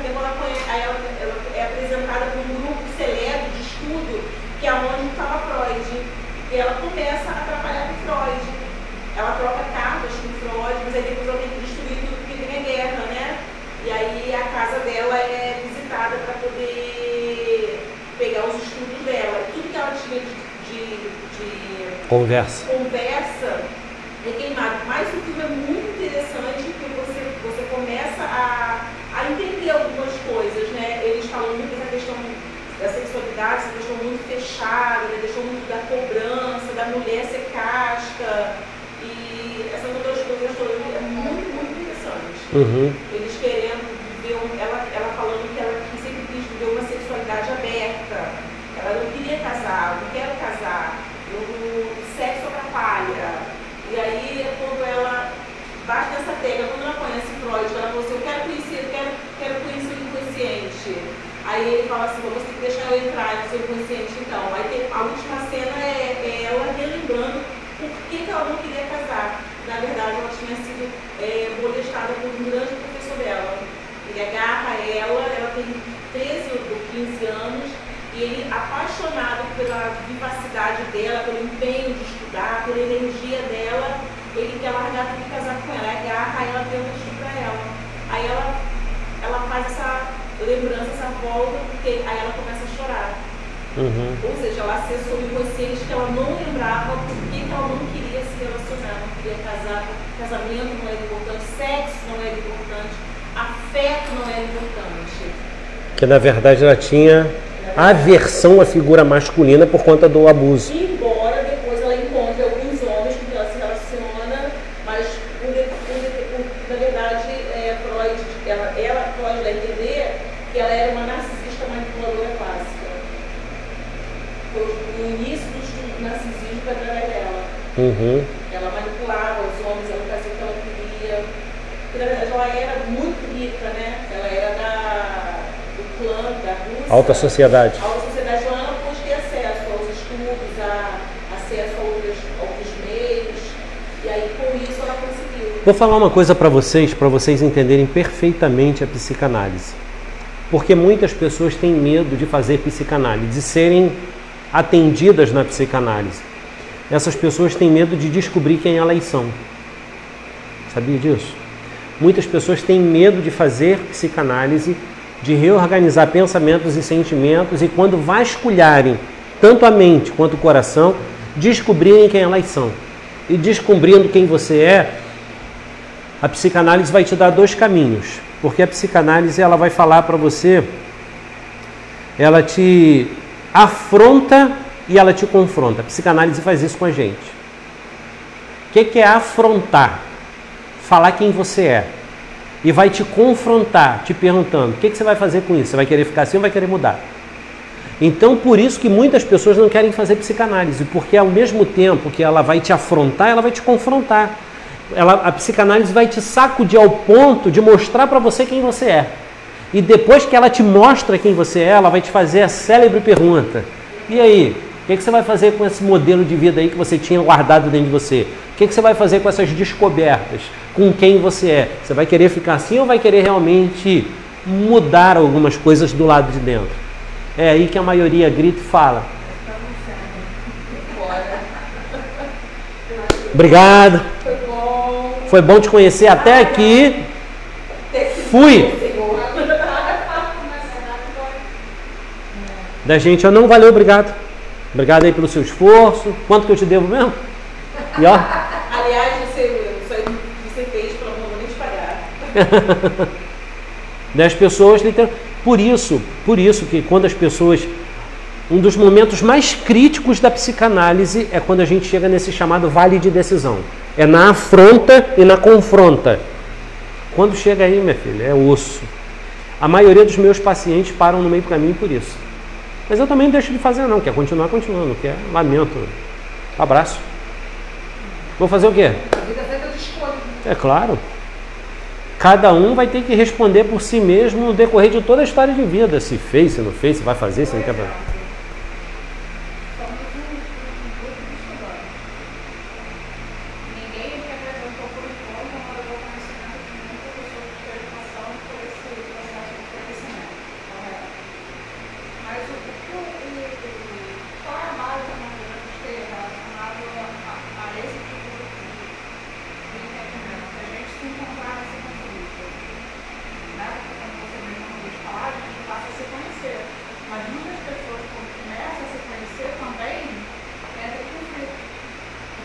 entra em crise. Não quero ver essa realidade. Isso pode acontecer com qualquer um. Mas aí é nessa hora que a análise didática vai falar para você. É por isso que eu falei, semana passada eu falei isso para elas. A análise didática é fundamental, porque, olha, para vocês terem uma ideia, eu já estou há 4 ou 5 anos na FATEF, 4 ou 5 anos na FATEF dando aula. Já. Eu, até hoje, eu tenho alunos que me passaram pela FATEF que até hoje não atendem. Até hoje não atendem. Não atendem, mas já teve algum que você reprovou? Falou assim, ó, você... Já. Enquanto você não se resolver ou se reorganizar, é impossível você tratar de alguém. Porque o princípio de você começar a tratar de alguém, você se permitir ser tratado. Não é você estar tratado, não. Eu já falei isso para vocês. Porque talvez você fale assim, não, a hora que eu tiver curado, eu sou capaz de curar alguém. Esquece, besteira. Na psicanálise isso não existe, não. Mas a hora que você se permite ser tratado e você está num processo se descobrindo e se permitindo ser escavucada, mexida, você automaticamente, você está se permitindo, você pode ajudar alguém a encontrar caminhos. Mas ainda você não encontrou o seu a 100%. A vida, como você falou, é feita de escolhas, né? E vamos caminhar para frente. Vou lançar a crise aí. Olha, eu tive uma turma da FATEF lá em Maricá, que até hoje, eu acho que 4 de 12, 4 ou 5, até hoje não clinicaram, sem condições nenhuma. Incapacidade? Não. Porque cada vez mais que vão tomando decisões, as decisões contradizem princípios de tratamento, de cuidar de alguém. Porque se eu não sei cuidar de mim, como é que eu vou cuidar de alguém? Se eu não cuido bem da minha própria vida, como é que eu vou falar para você, ó, tome isso daqui, que isso daqui é bom. Você pergunta para mim, você já tomou? Eu não. Como é que você sabe que é bom se você nunca tomou? E aí? Daí dá ruim, né? Aí complica. Gente, caminhar mais um pouquinho. É claro que os sonhos sendo tão distorcidos por estes 4 mecanismos de censura devem ser interpretados para se tornarem inteligíveis. O sonho de que nos lembramos constitui apenas o conteúdo manifesto e nos parece absurdo e louco. Interpretado, ele se transforma num texto linear que chamamos conteúdo latente, no qual vamos percebendo com clareza o desejo realizado do sonho. Vocês estão vendo que a gente está batendo muito nessa questão de manifesto, latente, porque isso vai ser uma base para que vocês possam caminhar com segurança e com firmeza aí, tá bom? Dramatização ou concretização, a gente vai caminhar nesse daí, nós vamos parar nesse slide aí para a semana que vem a gente voltar. E deixa eu explicar uma coisa para vocês. Até na terceira aula a gente vai dar todo o conteúdo para vocês de sonhos 1, ok? Interpretação de sonhos 1. Na quarta aula a gente não vai ter mais conteúdo, vou mandar para vocês o conteúdo, vocês vão revisar o conteúdo na quarta aula. Na quarta e terça-feira, vocês vão fazer uma prova aqui, ok? Mas nada absurdo, todo o material vai estar no material que eu estou passando para vocês tranquilamente, ok? Porque não adianta eu falar, faz um trabalho, digamos, o Síndrome de Lúcifer, eu chego para vocês, ó, lê o livro, eu quero que vocês façam uma resenha aí de 1 página sobre Síndrome de Lúcifer, vai ser osso para vocês. E vocês vão acumulando, daqui a pouco não vai fazer literalmente nada, não vai chegar a lugar nenhum. Eu prefiro que vocês assimilem realmente o que está sendo passado para vocês caminharem com segurança, com firmeza.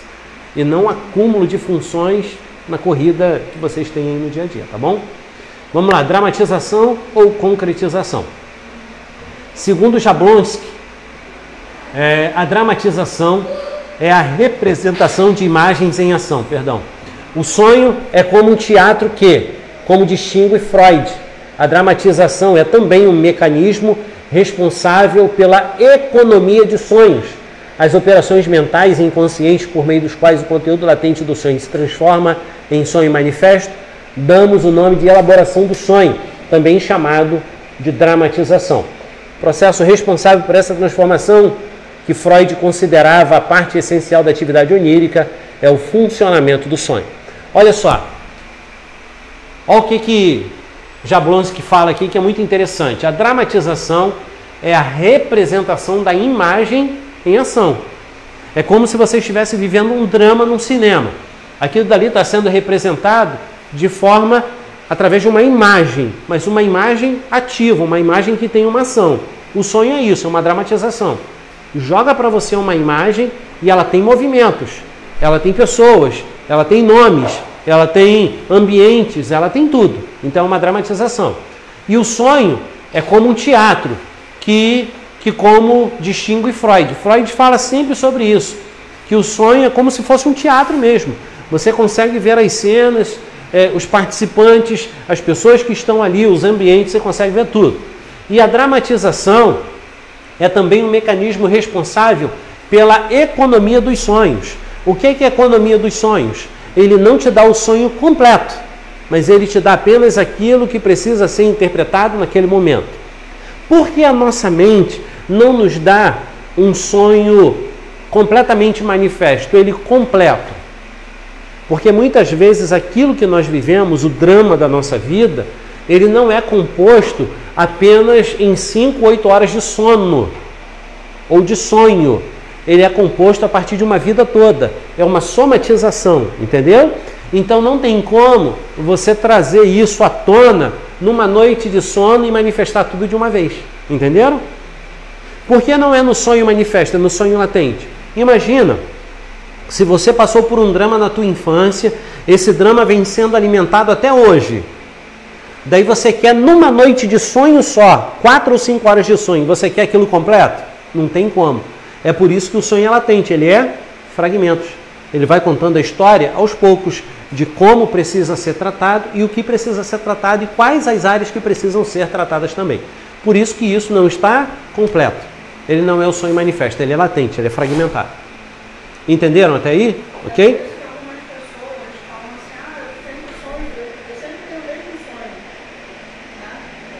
É porque ela não conseguiu entender aquela parte ainda, e não entendendo aquela parte, não vem a outra parte.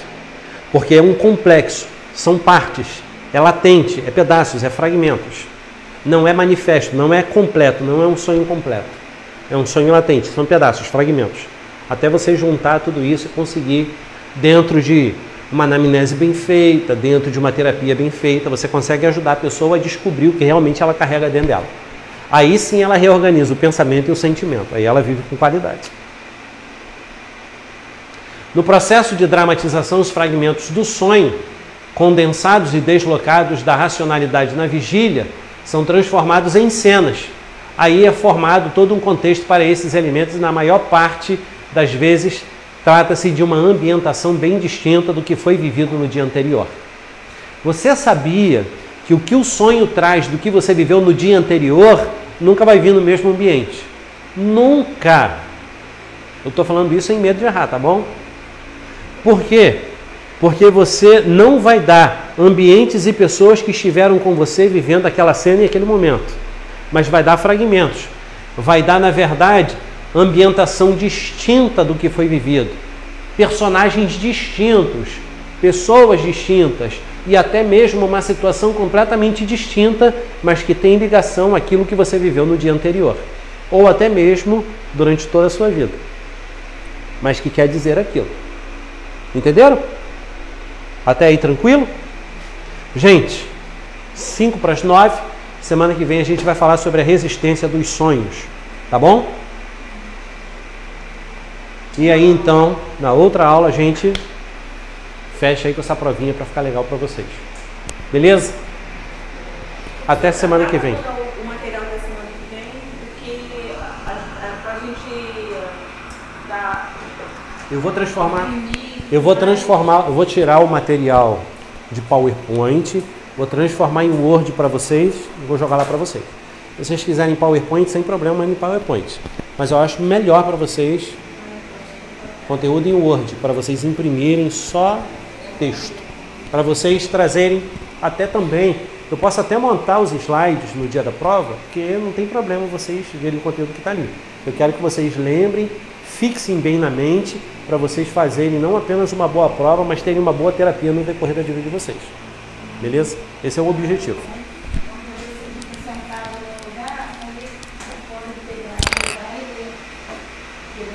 estar pegando o celular. Professor, bom dia. Aqui, tá pegando. Ah, já está A gente quer falar, mas deixa o dia falar. Peraí. Não, não, não, não, não, não, não, não, não,